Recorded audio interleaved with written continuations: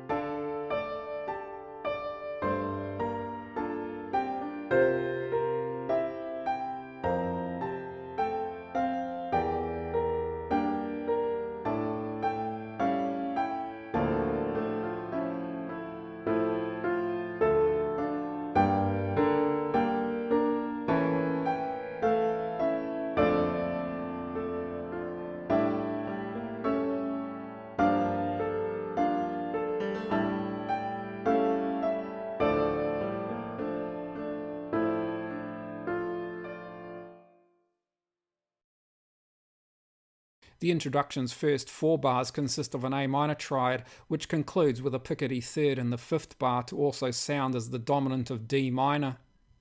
The descending melody of the English horn doubled by the violas can be heard as a series of changing note patterns prolonging A minor's 5th and 3rd degrees.